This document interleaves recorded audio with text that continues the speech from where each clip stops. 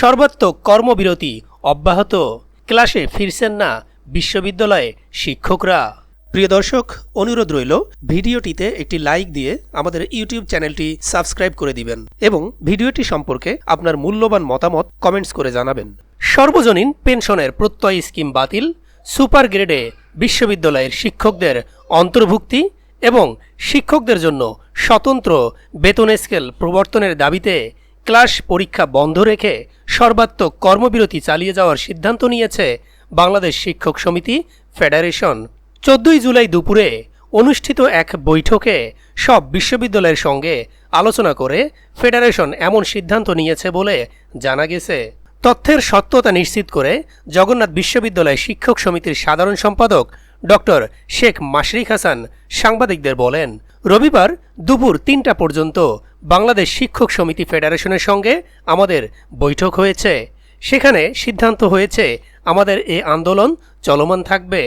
সামনের 20 জুলাই কৃষি গুচ্ছের ভর্তি পরীক্ষা রয়েছে। যদি এ সময়ের মধ্যে দাবি না মানা হয় সেটিও না নেয়ার সিদ্ধান্ত হয়েছে, অর্থাৎ আন্দোলন আরও কঠোর হবে। জানা যায় 13 জুলাই শনিবার এ নিয়ে দুপুরে আওয়ামী লীগের সাধারণ সম্পাদক ওবায়দুল কাদেরের সঙ্গে বৈঠক করে বাংলাদেশ বিশ্ববিদ্যালয় শিক্ষক সমিতি ফেডারেশন। বৈঠকের পর ফেডারেশনের পক্ষ থেকে সংবাদ মাধ্যমকে জানানো হয় 3 দফা দাবিতে চলমান শিক্ষক আন্দোলন অপরিবর্তিত রয়েছে। রবিবার ফেডারেশনের জরুরি সভায় পরবর্তী করণীয় সম্পর্কে সব সমিতির প্রেসিডেন্ট ও সেক্রেটারির সঙ্গে আলোচনা করে সিদ্ধান্ত নেওয়া হবে, যার পরিপ্রেক্ষিতে 14 জুলাই রবিবার দুপুরে বিশ্ববিদ্যালয়গুলোর সঙ্গে আলোচনা করে শিক্ষক সমিতি ফেডারেশন।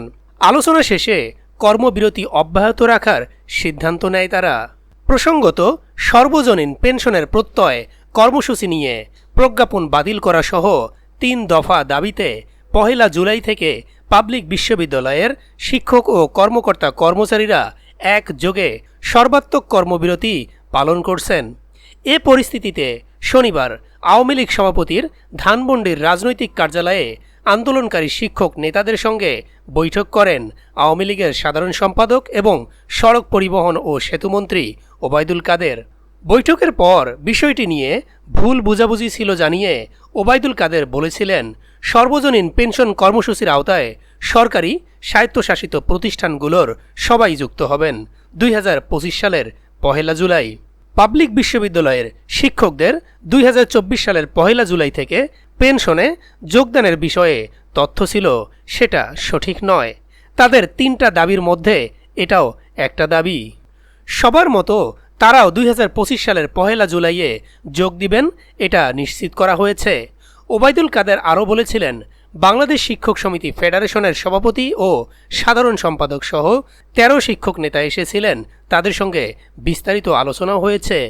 একটা বিষয়ে ভুল বুঝাবুঝি মিটেছে, অচিরেই সমস্যার সমাধান হবে।